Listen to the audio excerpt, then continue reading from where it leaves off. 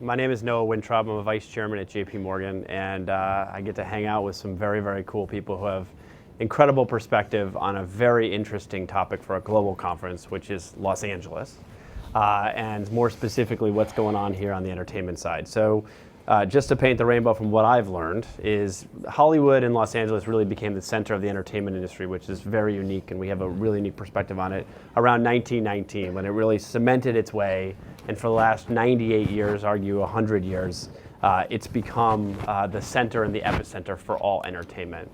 And if you think about it, we fought 2 world wars. The cinema didn't exist when it started, the movie theater. Nickelodeons were what was produced then. We went through television. We went from black and white to color. We invented cable TV. We invented VCRs and DVD players and home theaters and the internet and YouTube. And yet, we're going to argue on this panel and have a debate over whether this is the most interesting and existential time in the history of the entertainment industry as both an industry and as an employment matter, et cetera. And today, I live in Northern California, so I'm kind of the bastard down here that came down. And I sit in the land of Google, Facebook, Alibaba, Netflix, Spotify, those sorts of companies, which are directly going to the consumer. So we're going to talk about B2B and companies like STARZ that are now going potentially directly to the consumer. And I'm going to talk about one study that we released this morning in conjunction with the Milken and JP Morgan Institutes. Fabulous. Both institutions are just fabulous. My partners from JP Morgan are here. But in 1940, just to give you a sense, this town was 86.3% black, white, 4.2% black, 7.1% Hispanic, and 2.2% Asian. Today it's 28.7% white, 9.6% black, 48.5% Hispanic, and 11.3% Asian. So that's good progress, right? So you get to look at a bunch of, this panel is 87%, I'm just kidding. Very representative. But we do have our token Latina, Yes, who came from another panel because she's in demand. And we're gonna fix this, and we're gonna talk about that skills gap. We did 3 studies on Los Angeles. The first one was on healthcare. The second one was on trade and logistics. And the third was on entertainment. Entertainment employs 1 in 7 people who are employed in LA. There are 6 largest studios in the world are here. There are $36 billion in wages here, 288,000 jobs. So this is not a small industry, but it's the only industry that we've found where there's not a skills gap today. There is not a skills gap in entertainment. There's an opportunity gap. So there are more people coming from around the world here, talent, to find jobs than there are jobs.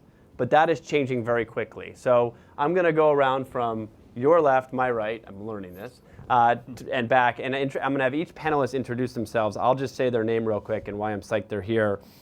But Jeffrey Hirsch, who's the Chief Operating Officer of STARZ, will give you a bit of his background, but he's going to really talk about content and the evolution of content today. So Jeffrey, give us a word about your background and reactions to some of what I just threw out. I spent 15 years at Time Warner Cable on the distribution side before joining STARZ 2 years ago. LA is a very interesting place. I've been here the last 2 years. Everybody seems to want to come and be a star. And on Friday, there's 40 people that get off a bus that were either drama club, cheerleader, and thinks they can make it in Hollywood. I think that's part of what you guys found in your research. But you know, the business is changing fundamentally because technology is changing, and we have gone from a place where we are primarily a B2B company where we make great content and then other people sell it and own the customer, to now being able to go direct to consumer and actually having to own the consumer relationship, knowing the billing relationship, having people's emails. And that's created a real gap in terms of the organization and migrating from a B2B company to a B2C company. So we're going to talk a lot about who the customer is, because they were selling to a different customer than they're now going, and then what skills you need to sell to that customer and where those skills reside and can they reside here. So we'll come back to that. But on your, further to the right, my left, whatever it is John Jashni. And John has a very unique perspective coming from Legendary Entertainment. He's going to share with us the partnership with Wanda, which is a very interesting globalization of content. But John comes with a historically amazing background in this industry. John, give us a sense of your background. Thanks for being here. I actually grew up in LA. I was a 300-pound kid who had my face against the window of a business I didn't really have access into. So to have been able, first of all, to breach the business and then evolve and grow within it was an enormous privilege. Most of my traveling and most of my engagement with the world at large was a function of the job in this industry. So And ultimately with the exit, I left the company a year ago when we sold the company to Wanda, but before I did leave, obviously had a front row seat to establishing a beachhead in China, starting to make content there. The Great Wall was one of our attempts to kind of create bridge content that was going to allow for a universality of creativity and emotion. So we could talk about that more as we get into things. Absolutely. But to your right, my left, is Michael Kriak. And Michael, hello? Hello. Is the COO and CFO from another out-of-town company, Mashable. And what's interesting about Mashable is what they've done in the town and what they're doing. So describe Mashable, describe your background. Yeah, sure. Mashable is a media and entertainment company powered by data science. So we tell stories about entertainment and culture arising out of technology. For those of you that know Mashable, that over 10 years ago that started as a blog, has now turned into a company that reaches across all platforms from Snapchat to Facebook, video, text, branded content, helping brands tell their stories to our millennial and younger audience. And the data science component is something that it really is what makes us unique in the ability to use data and the analytics to marry that with talent, to marry that with the art and science that is the gut and great storytelling, but using that to inform on where to tell those best stories across all those platforms. I started my career at Arthur Andersen in Boston in the Cambridge area. Back then it was called the high tech practice. From 1996, auditing the first internet companies. That's then set me on the course for always working with internet startup and media companies. Fabulous. And you have the coolest shoes on the panel for those in the back. Just, I like that you call me fabulous. Indeed. it is fabulous. The shoes are award. fabulous. I mean, Thank these you. are, if you walk away with anything, let's get the brand I walked on in that. here and I was like, oh, okay. That works. It works with the whole look. It's fabulous. Chris Silberman, judge the talent of these shoes. I'm just kidding. But Hi. Chris is Hi. a legendary talent management manager here from ICM and founded his own firm and has run that ICM for a very long time. He's the managing partner at ICM. But Chris, share your perspectives. Give us your background. Tell us what you do for the front end talent and for the back end talent. Okay, sure. So thank you, and this is actually, I love hearing everybody being introduced. This is going to be a good panel. Let's hope So ICM, for people who don't know, ICM Partners is a talent and literary agency. We represent probably tens of thousands of clients across all facets of the entertainment business, in front of the camera, behind the camera. We have 15 departments, so everything from theater to film to television to touring and music, digital, who you met our head of digital over in Cannes, and broadcasting. We just bought a broadcasting agency in January. That's multifaceted, all with a mind towards that. We look at the world today. You know, I'm going to give you two perspectives on what you started with. The first perspective was that when I started in this business in the mailroom, people still do that, and it's really the only way to do it. Opportunity, yeah. Opportunity, slugging mail carts around, sitting there Xeroxing scripts till midnight because they had to go out on Friday. People kind of ran in one lane. So if you were a movie actor, you ran in that lane. If you were a television, Aaron Spelling or whatever, you ran in that lane. People ran in one lane. The world in the last 10 or 15 years has just been cracked wide open, and people can do everything now. You know, the business, as much as the business has grown, it's become, I guess, horizontalized, and there's no, television is so good, film is so good, speaking engagements are so good, music is so good, everything is so creatively vibrant right now that people can do everything, and people who can do that and have the ability to do that and want to do it, do it.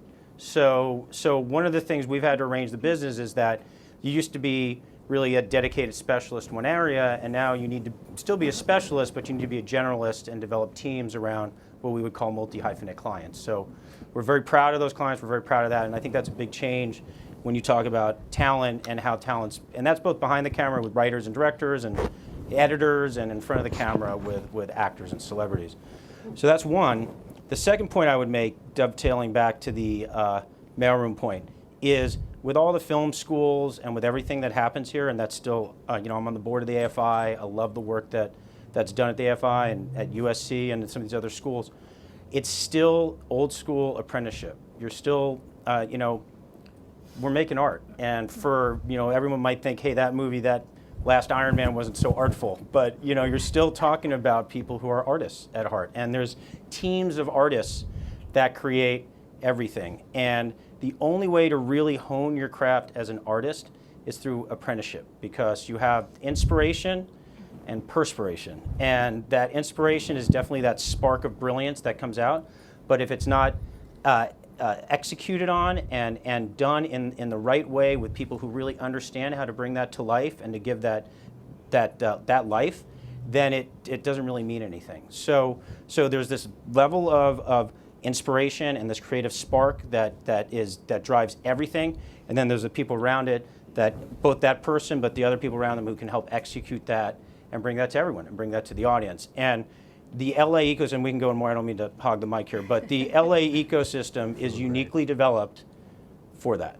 Just that apprenticeship system, just got to be in it. So, and that's something I think that honestly hasn't changed. As much as the first thing I said has changed so much in the business, that part has not changed. And we're going to talk about what's enduring and what's transient in terms of the comparative and competitive advantages. So as the mailroom has gone from the email room, and hopefully the male We still have mail rooms.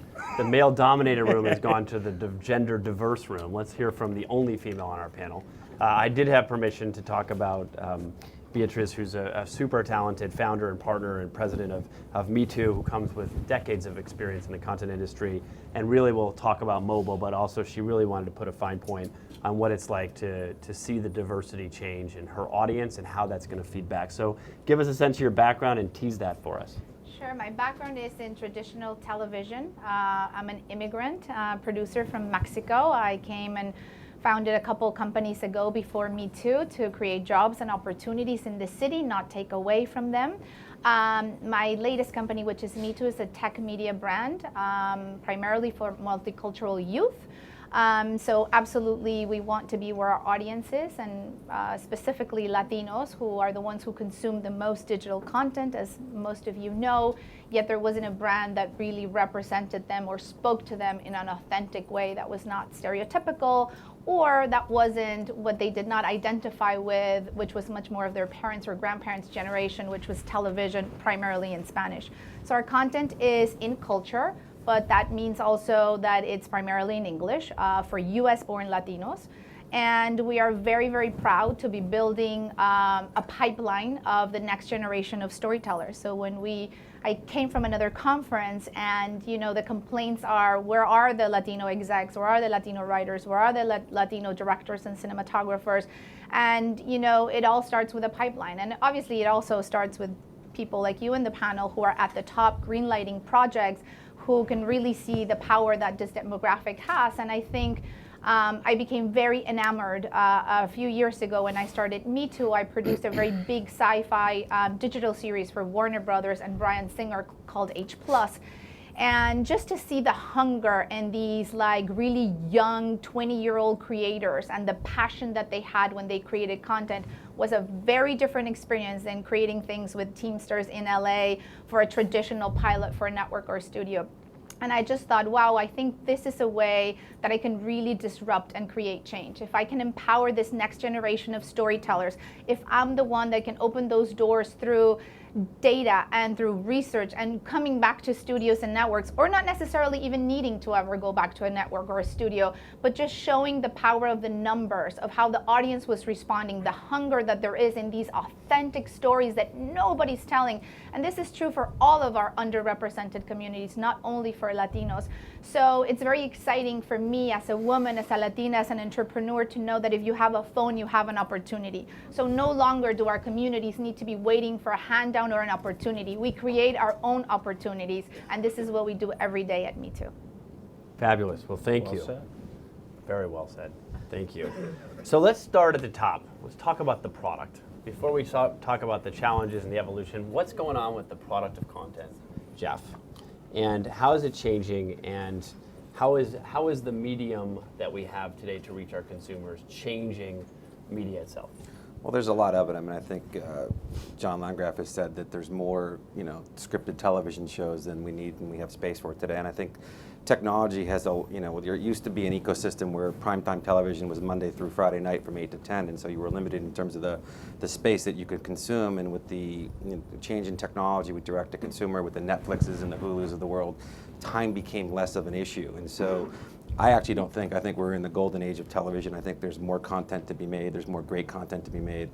And I think, as Beatriz said, there's a lot of underserved audiences. So when we looked at our original programming strategy at STARZ, we found that, and my boss is Chris Albrecht, who, arguably is the best, content creator in the history of linear television.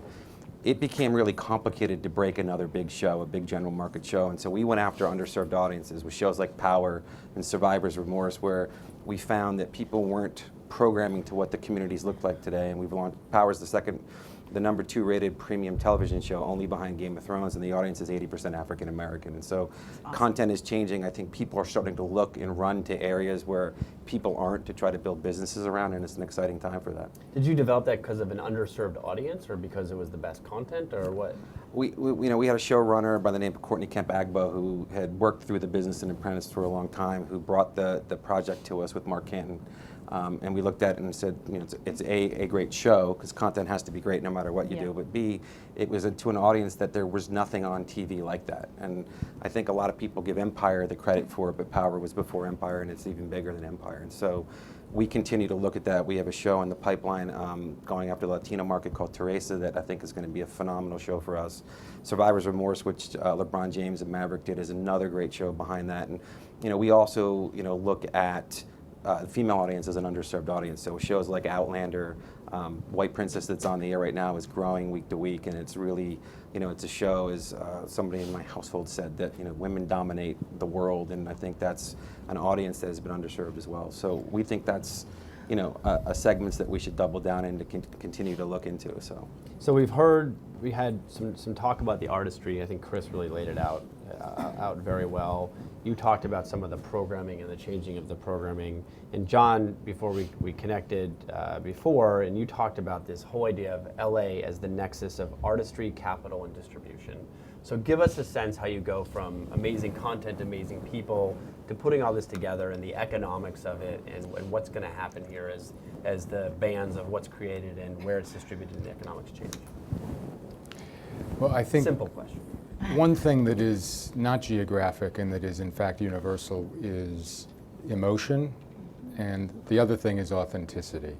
And these two things, I think, can transcend cultures and borders and get beyond any sort of security systems or barriers that might exist that might constrain the coming together of a pop cultural world. And it isn't just LA that's at the nexus of it. I've spent a lot of time over the last year as I've tried to figure out for myself how I want to best leverage what I've been into what I want to be, using the experience of what was and kind of leaning into what is and what is going to be. And by that I mean, whether you are in the straight film vertical or TV vertical, and Chris and I have talked about this at length because he's been at the vanguard of this and having to lead his enterprise, being at the nexus of artistry, capital, and distribution platforms, no matter the stripe, whether they're Mashable, STARZ, or the traditional theatrical experience, it still requires a generic skill set that I have, because I've tried, hopefully, to be more humble in my way up the chain, which is probably what it's allowed me to not get killed on my way up the chain. But in an attempt to be more grounded and authentic, I have not assumed that there will be affinity or connection or value to arise out of any given thing I'm doing. I've found that there is the need for this kind of enlightened patronage role, this hybrid, this cartilage between those three forces that I thought was more, that existed in more people. And as I've sought audience with what I call a lot of Mount Olympus entrepreneurs, Mike Atanasio, who worked with me at Legendary on the analytics side, someone mentioned data, his father being one of them, Mark Atanasio. This is Mike. Mark speaking after this in one of his own panels. But I've sought audience with a lot of people who worked within the system, didn't indict the existing system, but found ways and would be regarded as insiders by most to bend the existing legacy methodologies into the future. And what occurred to me as I went and talked to all of these people from Peter Chernin across the board is this generic skill set. And it's not geographically connected to LA, because I think more interestingly enough, we've got to learn to speak to different constituencies and cross borders and get into every country we can get into to justify the cost. You talk about emotion and authenticity. And then we have maybe I'm the buffer between the two of you, but we've got these companies. Mashable is a perfect example, BuzzFeed, companies out there that are creating content. And you would describe your own content in your own right as basically a data science, art, content company, but reacting to what people want rather than sharing and creating something. And so are you guys creating art? Are you creating emotion, or are you capitalizing on something different? And what does that mean for the skills you need to do that? Yeah, I mean, I think so. At the heart of it, you have to be able to connect. I mean, the question that digital media companies face, digital media and entertainment companies face as they push and find their way up into increasingly premium video, repeatable format series, is everything that all of you know incredibly well, and that's something that at Mashable we're learning, which is, it takes a lot of money, time, and talent to be able to do that. So using data science to inform that content creation, to use it to be able to figure out what the audience wants in real time so that they can go deep. Deep doesn't necessarily mean long, it can mean long, but it means that you have a keen understanding. At Mashable we like to say that we're for the super fans, so whatever you love as it relates to digital culture, you're going to watch and read Mashable because of that. And so in the era of being able to, not having unlimited resource, nobody does, the question is ultimately how do you produce a significant amount of content that's at the top of the pyramid that's going to reach the most engagement. I think you're right. You have a challenge that most media companies face, which is, the BuzzFeeds, the HuffPos of the world. The model is one that says, all right, well, we start off, people love you, they love you on social, you're reactive, let's produce more. When you produce more, you dilute your brand. As you dilute your brand, there's an ubiquity of content that exists. I agree. There's still white spaces that exist to be able to find out what people love, but by and large, there's a lot of digital content that's out there. So you have to be able to narrow in your focus, and you have to remain true to your brand.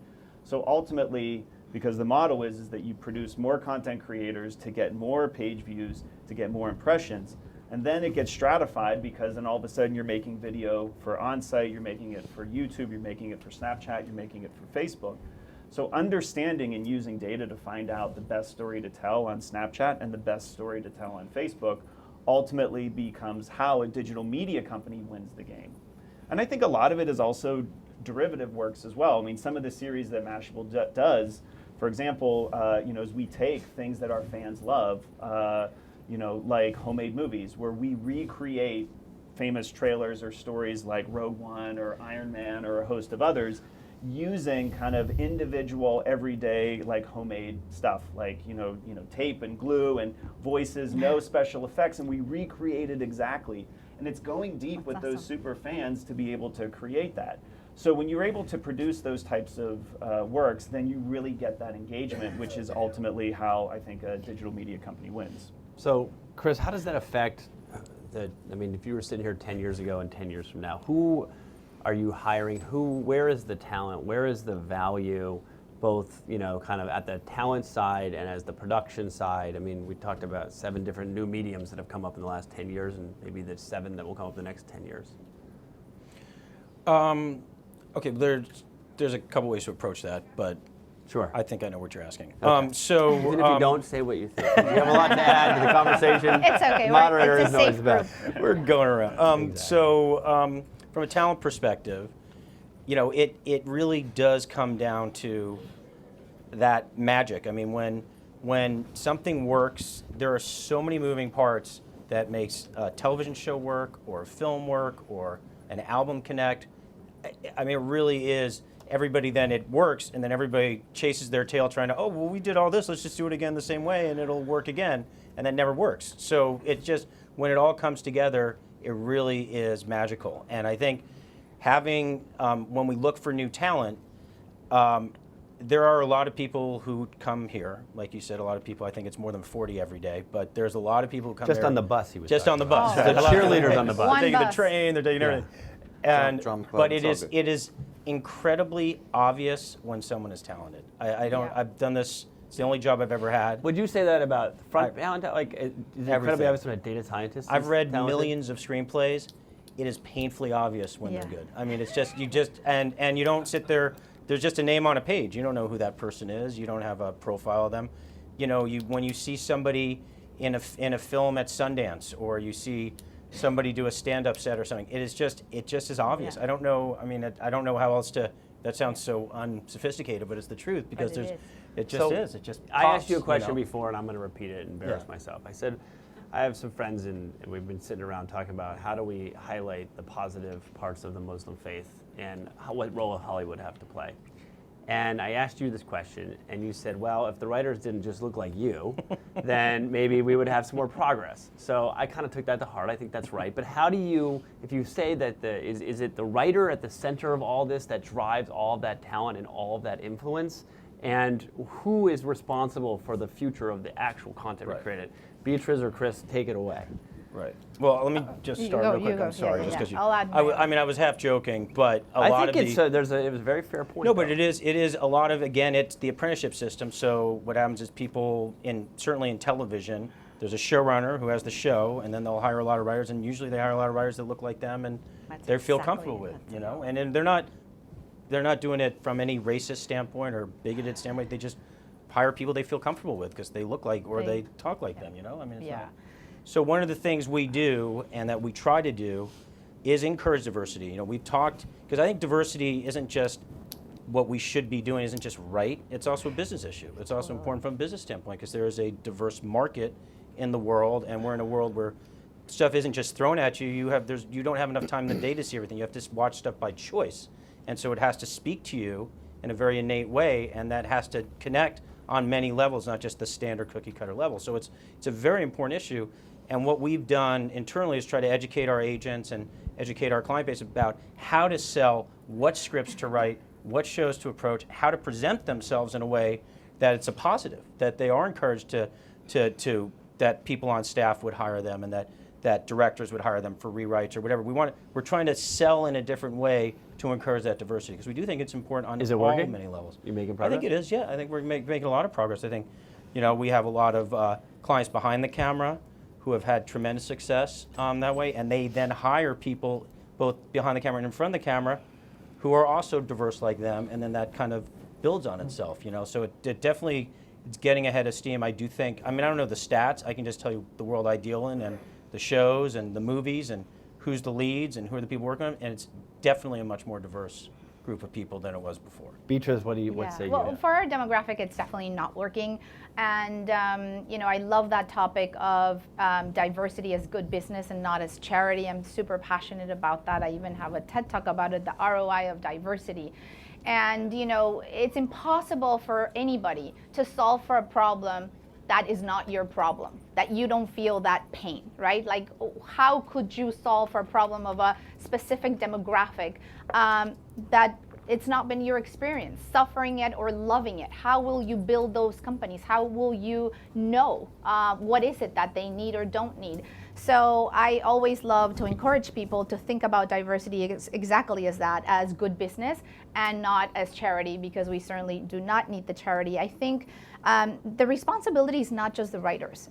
You know, I as a writer and a producer myself in my previous life, you know, I would go to these networks who I was lucky to get the meetings with the presidents of the network. So I was definitely the outlier of being able to get into the door and get that opportunity. But, you know, it was still very, very hard to convince them that our talent who was US born should not fake an accent. Or that the writer should not be writing these stereotypical jokes that were just incredibly offensive to our demographic. But they don't know, right?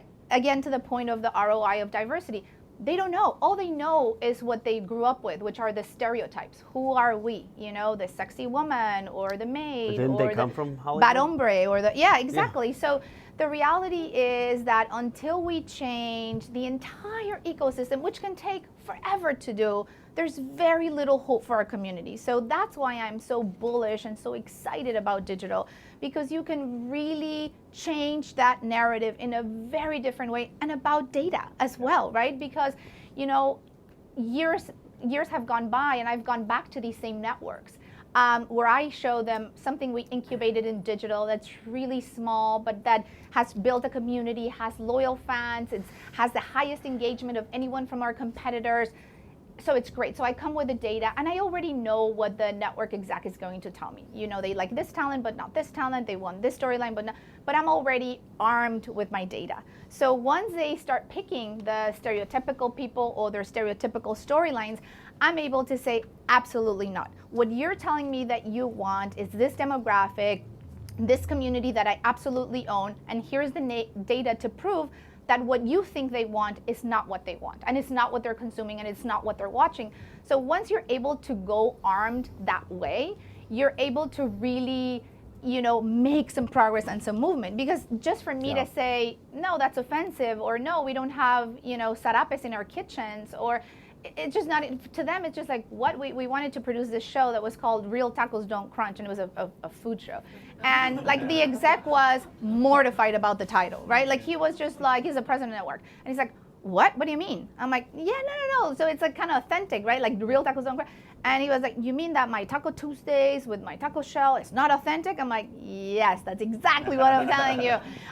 So I think the way for us, specifically for our underrepresented communities, is really to be disruptive, you know, to try things in digital, to incubate, to prove, to have that playground, to take chances on different types of talent and writers and directors that big networks and studios, it's just too hard for them to make that leap of faith and say, okay, you know, I have 3 slots and I'm gonna give one to this Boyle Heights kid who seems like he could have a future. I can take that chance. I can mentor, I can incubate, I can build an audience, and then I can go to STARZ and say, I'm ready, you know, and I'm coming with you guys with the Metza Brothers in a few weeks. But, you know, obviously, it works much better. I get a commission on many of my business Exactly. deals. No, that was set up before, the panel. But you have Marta in your organization who she knows, right? She's excited about these writers. She's read a script that she gets, she understands, and hopefully she's going to champion. But we need more of those people. And if you just go and hope for the best, it's going to be really hard to change Hollywood. You really, really, really need to think outside the box to create that change. So I'm so grateful for digital, as you can see, very passionate, and we're going to continue to, you know, try it that way. And we see great improvement if you do it that way, but not if you're just sort of like butting heads, trying to convince people of things they don't know and they don't understand. Yeah. Michael, what do you want to add? Yeah, absolutely. I mean, like 100% support that, because, you know, at Mashable, on a monthly basis, we reach about 70 million folks, half of which are on site, half of which are across all these other social channels that you're talking about, on Snapchat and Facebook, et cetera, that where content is being published on site. This isn't social impression or social shares. And this notion of influencers and influenceables is what we talk about when we say data. Because what we end up doing is saying, okay, whatever you're passionate about, you can be influential in your own particular group. It could be a particular topic, it could be something that you feel incredibly passionate about, obviously within the realm of technology and culture. And so seeing where those individuals are sharing information, getting that feedback for what works, for how long they're engaging with that content, using that data to then inform the next iteration of that series or that next iteration of that show. Because then I'm a huge Star Wars fan. So I like to think, and Broadway. I love theater. I'm doing some stuff on theater, and it's really amazing. So I'm not an influencer on some macro scale, right? You know, on 1.2 billion followers. None of that, right? It's very particular for my audience. I have a deep engagement with that. So that's very valuable information for somebody like Mashable if they're going to tell stories to make sure that Star Wars and Broadway comes to me. Now, I could be influenceable about sports. I don't know a lot about sports, but if there's something that's happening with E-League or something like that I'm curious about and I want to know, then I'm influenceable with somebody in my network that's trusted. So there's this kind of perpetual feedback loop that informs that. And that naturally leads a sense of diversity in your storytelling. Of those 70 million folks, half are international, more than half are female, and that is, really informs, a very broad sense of what informs digital culture, which naturally is diverse. Here's a weird thing. So we're describing this vibrant industry of entertainment that has this renaissance coming.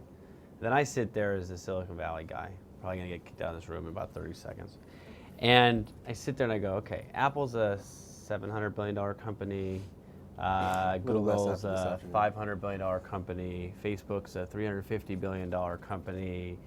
There's a lot of jobs being created up north, and we're describing an apprenticeship, which the last time I heard that was like a blacksmith training shoes and how to put them on horses. Like, is this the golden era of entertainment as a business, or is it the golden era as a creation of content? Or I want to ask that question to our audience. Hopefully one of you will answer, our panel. Hopefully one of you will answer sort of the dichotomy there.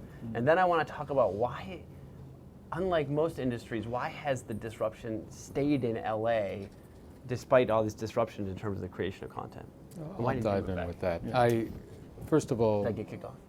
Are we still? No. I mean, I think that what binds all of us on this panel, and a lot more who aren't here who are in the same business, is that we are purveyors of experience.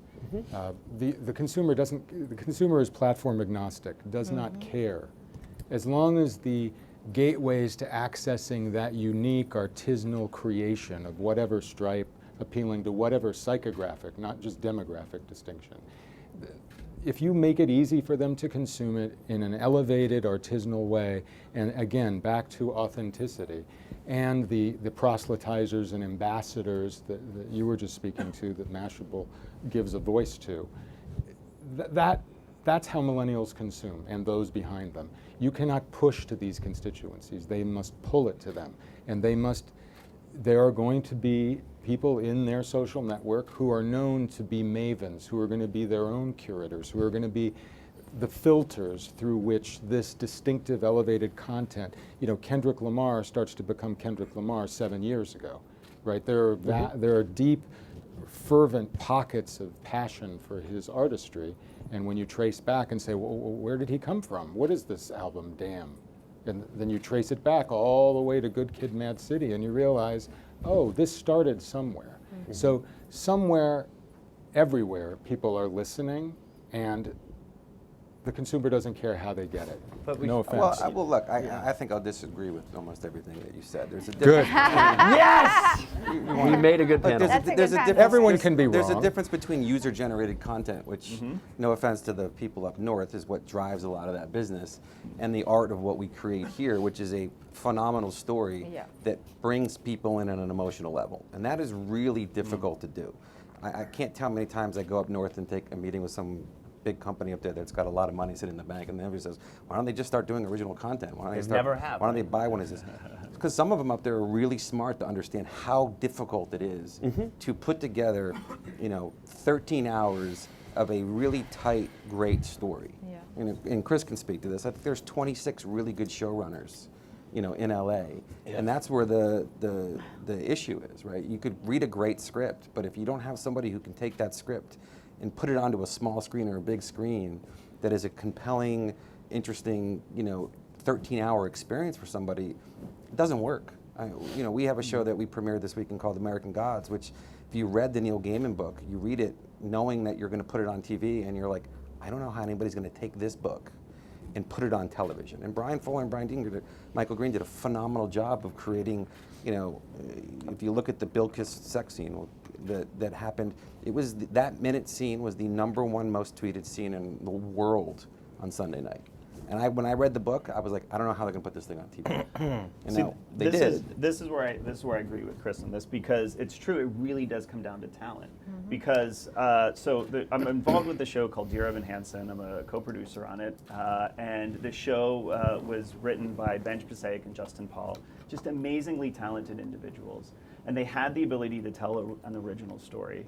And they did that, and the amazingly talented Ben Platt is performing it on Broadway with the rest of the cast and crew. So you have at the core of that is just really strong content, a live experience, something that's incredibly emotive. The reason why I ended up getting involved in it is because of the fact that it involves social media and it involves digital in a way. So the opportunity for that show then is, and then how do you end up extending that into the fan base in a way that you engage with them?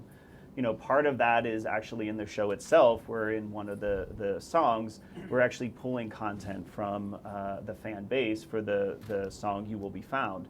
So you're bringing in, and it's a story of connection, and it's a millennial story, and it's a story of telling everybody that you actually belong and you connect. So that's how the emotion comes in. But as an industry, so it makes sense that you're saying that there's an impenetrable wall of talent in this valley, in the South. It makes complete sense. I don't harder to. But then you talk about going directly to the consumer and the B2C, and then you look at that talent and you say, is that equally impenetrable, and are you going to go, like, why STARZ Netflix deal led to Netflix taking so much value? How do you capture that value and capture the jobs? I guess I asked that question on the first side, and then on the government's coming after you of every state in the union with incentives for everybody to produce content there, yet it still seems like the best talent to produce content is here. So how do you deal with those two things? Maybe it's to Chris and to Jeff. You want me to go? Sure. Yeah. Okay, so first of all, I don't think apprenticeship is a bad system. So I think it's actually a very good system. I think that's what happens in Silicon Valley. If you talk to Mark Andreessen or you talk to Reid Hoffman, they will say there's something about Silicon Valley that makes it Silicon Valley. So, so I think Hollywood has a similar thing. We go around the world to try to find great talent, great filmmakers, great directors. One of my agents was in Korea for a week North Korea, signing people, joking. And they all want to come to Hollywood. They all want to make movies here. You know, there are more movies made every year in India, in Bollywood, than there are in Hollywood. You've never seen any of them because they all want, when they make good movies, they want to come here to make the good movies. So there's something about the ecosystem, the apprentice system, I think that's good. Teaching people how to execute on that vision. I don't know how many times I can tell you, because I've seen this for so many years. You get the good script and the good project here, and by the time it ends up here, you don't even recognize it. You have no idea what this is. And that happens even with professionals. That happens all the time. So there's a whole process that goes along with this, and that is hundreds and hundreds of people, trade professionals, people, DPs, editors, friends who you can bounce scripts around and get notes from, actors who can work scenes with their buddies, directors who can say, how should I set up this shot? It's incredibly complicated, and that ecosystem is important. How does that work on the back end in terms of the post-production and folks who are trying to take some of that work away from this area? Look, there's a magic to editing too. I mean, looking at raw footage, David Fincher will shoot a scene 99 times. That opening scene in Social Network with Jesse, he shot that 100 times, okay? So he needs to work with an editor he trusts to find the take that he likes. That's the right take. That's exactly what his vision is. That's an art. I mean, that is truly somebody who understands nuance and performance and camera angles and everything. So and get the exact, the color timing right. There's so much that goes into those shots. It's amazing. So I think there's that whole network of professionals. There's this apprenticeship system. People want to learn from the best. They want to grow with the best. They want to be associated with the best, and they come here to do that. That then translates to the business standpoint that you talked about. When all these other states try to get production, and there's sometimes reasons you got to go to another state. You got to go shoot Hell and High Water in Texas because it's about Texas. You got to shoot, or wherever they shot. But you got to. But to keep stuff in LA, those professionals have to go. So when Michigan or whatever is giving a 42% tax credit, it's not 42% because they have to import the entire crew to Michigan because they don't have, and there's no professionals really who live in Michigan who are of that level, who are directors of photography or whatever. And so that's part of why we've been spending a lot of time talking about keeping production in Los Angeles and building out production in Los Angeles, because it's much better if it stays here, and it also feeds on itself if it stays here. You're creating more professionals, you're creating more jobs, you're giving more opportunities to people, you're creating those lanes for people by keeping it here. So that's, I don't know if that answers what you asked me, but I hope that that's very helpful. gives you some color. And then on the going directly to the consumer side, the opportunity to sort of take back that economics, how does that work here? Well, look, at the end of the core great content still has to be great content, so the consumer comes to choose it. But it gives a lot of different challenges in the sense that we have an organization that has really grown up trying to build audience to a show through other partners. Now we actually have to go acquire consumers, keep consumers, market to consumers, understand the consumer, and we just don't, our internal data group is a research group, and I said to my head of research the other day, what about some analytics? She said, these numbers are going to kill me. And it kind of scares me that, that we take Nielsen and we depend on Nielsen and we put it in a deck and send it around, where we actually have a vibrant direct-to-consumer business, and we could be looking at relationships between who watched Star Wars on the app versus Power, and what does that mean in terms of scheduling the linear network to drive more audience to those shows. And we just lack the capability in the building because we just haven't done it before. I mean, do you think that can exist here, or do you think you'll go elsewhere to build centers of excellence for you guys? I think it can exist wherever the talent is. The nice thing about being, south of San Francisco is there's a lot of really great data analytics folks that have built companies up north that either worked or didn't work, and so that's an opportunity to bring people down here. New York, I mean, again, it's where the talent is. So I don't think that's an LA specific piece, but this town has primarily been, developing great content and other people selling it. So there is probably a void for that in this town. Yeah. I, by the way, completely agree with that need for better measurement and better metrics. I think, Nielsen does provide valuable information, but I think it's the kind of information you get isn't, I don't think, how people are consuming television now or watching films on all these different platforms or whatever. We would love better data too. It would be good for us. It's all about the interpretation. Right. I'm sorry. Teasing. You can have a stethoscope and place it and hear things, but unless you know how to interpret it and then apply it, it means nothing. So it's quality and ability to understand it. So we have about 13 minutes left, and I promised everybody I'd get out of time. I just want to see if there's any questions in the audience where I can continue. But are there any questions out there? We do have a couple questions. Great. Hi, is this mic on? Can you guys hear me? I thank you all. It's a fascinating panel. I haven't heard any of you speak about virtual reality as it's a coming form. You mentioned Silicon Valley, venture capitalists invest heavily in technology. Obviously, it's here. Is the future. But I'm curious of your standpoints, both from a content standpoint, distribution, but also the future of movies and home entertainment. Yeah, I can jump in on that real quick. So, we worked with Chris Melk's group on the Possible to figure out kind of some storytelling, but we acted as the engine on the distribution side of things. So creating virtual reality content is very expensive, and there's not a lot of people that actually have the headsets at the moment. It's fascinating. Everybody loves it. Everybody sees the value and power in it, but until that becomes a way to be able to look through it, that becomes a challenge. So how we ended up helping out in that partnership was just doing the 360 videos on Facebook, because then you have a built-in audience that naturally wants to kind of pick up their phone and then watch it and move around, which has something that's associated with it in that way. I think it's great to be able to work in it and work in that environment, but there's still a way to go. I think, I'm not a big believer in the headset derby. It's a bit heretical, and I think that what they're doing at the Stanford Behavioral Research Lab and empathy training and allowing people to train for life-threatening situations in ways that don't threaten their life, for me that seems a growth area that is being under-tapped while the headset derby is playing out. I also, as someone, and you talked earlier about user-generated content versus artisanally created content from a visionary artist like Chris represents, it's hard for me as a patron of those storytellers to take the power away from where they direct your attention and the epiphany and awe that they want you to experience. Because when you are taking yourself through an environment and can place your focus anywhere you like, who's telling you the story? Yourself? I'll just say from an artist perspective, a lot of interest, but mostly from an addition, like a marketing addition or novelty or building out, but not doing the main engine on virtual reality yet. But you might do something that helps market a movie or markets a show as a result of it. A lot of interest, but I don't think nobody's really totally going there yet. It's We'll high-end wait and see. scripted television is a very passive viewing experience, and virtual reality is a very lean-in, active experience. So, it's So do very you hard. see it taking time though? So take like Twitch TV or something where people are spending an enormous amount of time watching people do real player gaming. Are you worried about not the competition, but the competition for time? Again, I think, if you pick the right audience and have a great story, you will always have a consumer enjoying it. I mean, it is interesting, right? We heard at lunch that, the pinnacle is an avatar, right? So for self-awareness, I don't necessarily believe that, but I think that it is a fascinating premise to think about.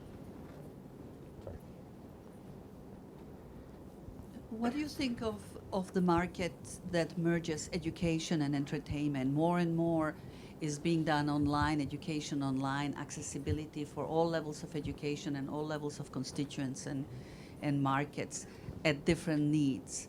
So what do you think? Is there a future in merging that and creating additional purposes? And how would you measure it?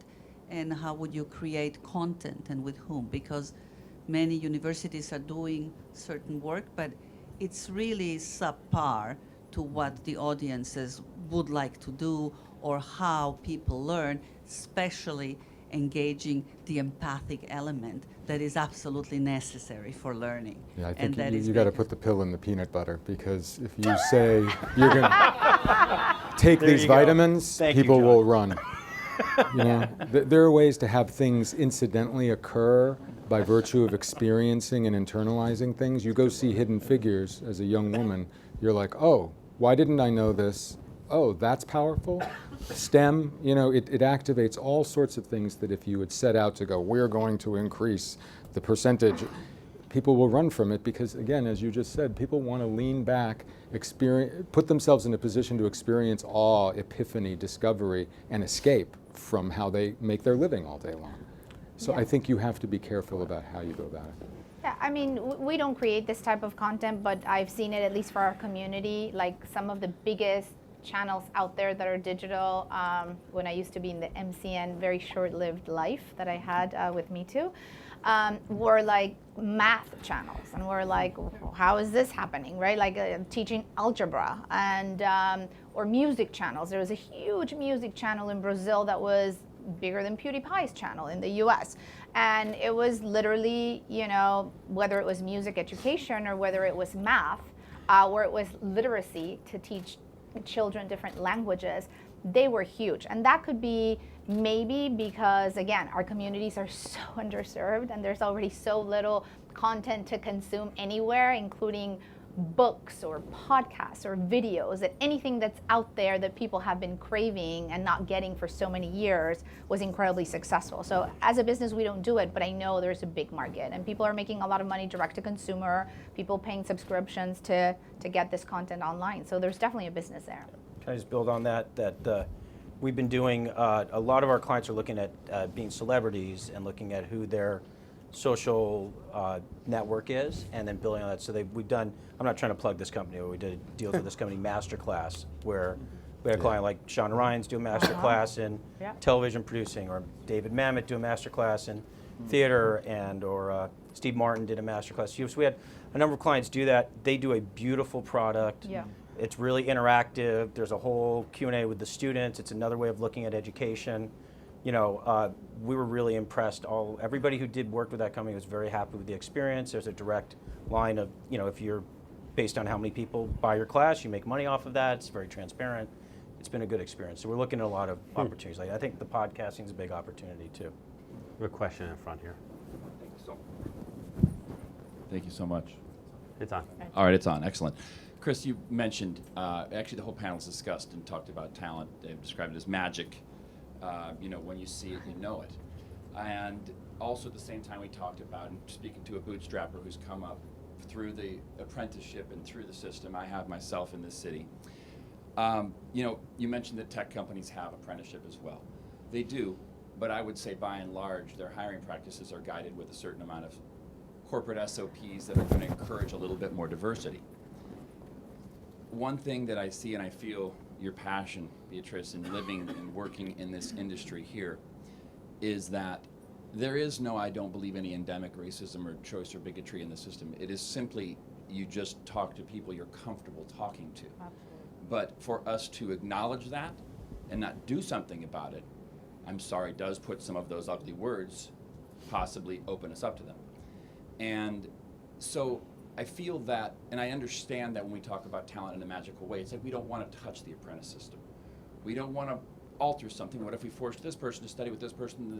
It would never develop. But At the same time, we must, and I don't know if this is that we have to go down to the secondary level school, we have to go into even if we try to, as the organizations, as the companies, find these particular categories, find these people that need to be elevated, we need to do so and then become accountable. Let's incorporate some metrics to encourage and inculcate some of these great concepts that we talk about in a conference like this, but bring it into something that we just go, it's perfect, it's magic, we don't want to mess with it. But how do we do it with a heart? How do we do it?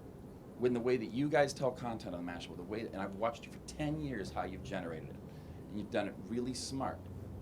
But how do we now do that yet not somehow convince Chris, who knows you don't mess with the secret serum, but how do we maybe tweak the, you know what I'm saying? Can we tweak the ingredients? Anyways, Well, you're thank not you. adverse to diversity No, with I the mean, magic, right? yeah. Like, No, so I understand your question. So there's two themes of this. One is how do you sell into the marketplace, right? So we're agents, we're trying to sell our clients, trying to get them jobs. So how do you encourage diversity when you're selling, and don't just sell everybody who looks the same, okay? So, but the flip side of it is how do we hire, right? And how do we promote people within the agency? And how do we hire people?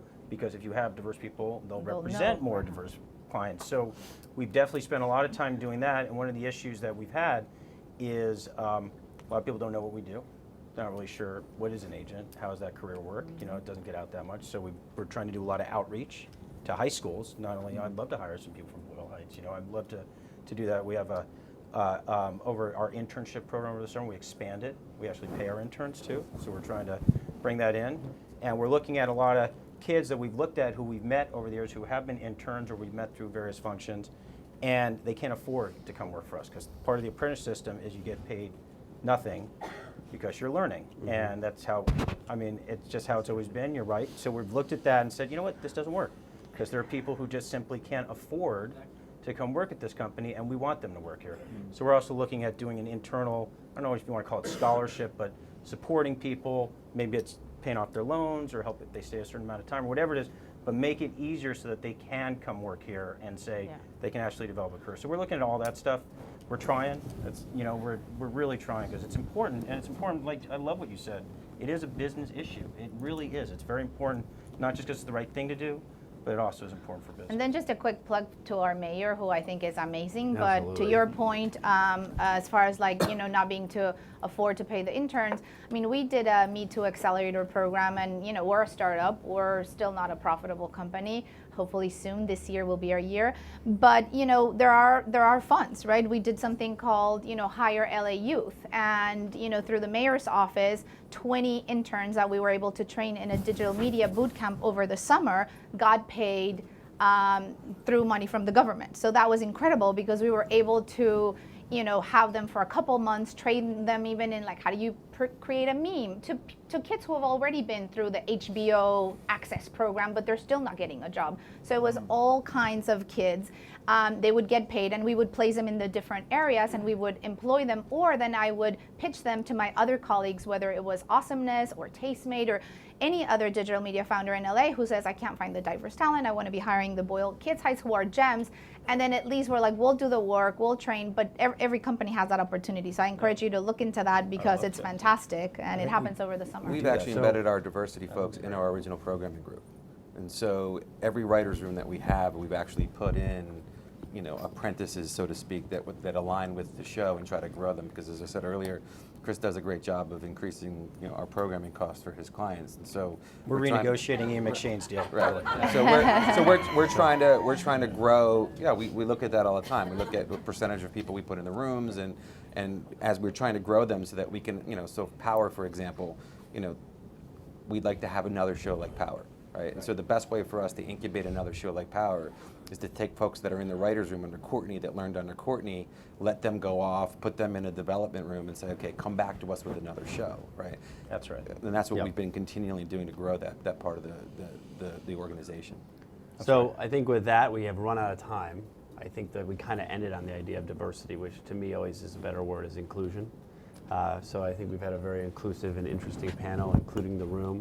Really thank you guys for coming.